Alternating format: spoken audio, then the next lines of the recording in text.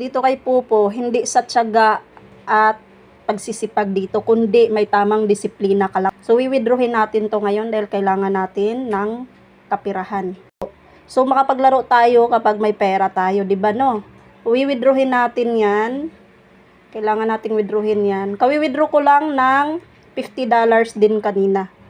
So, ngayon, dahil naglaro nga ako kaninang bandang alas 9, at bine-bless tayo, nanalo tayo. So, pagka big win ko, tinitrade ko na agad. Huwag nang patagalin, mahirap, binabawi. So, ganun lang.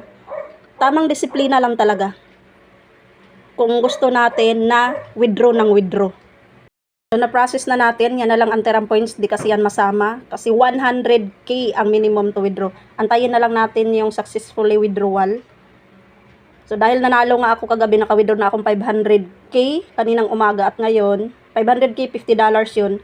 And then, ngayong bandang alas 9 nga, nanalo din ako, $70 naman. So, malaki-laki ang withdraw natin today.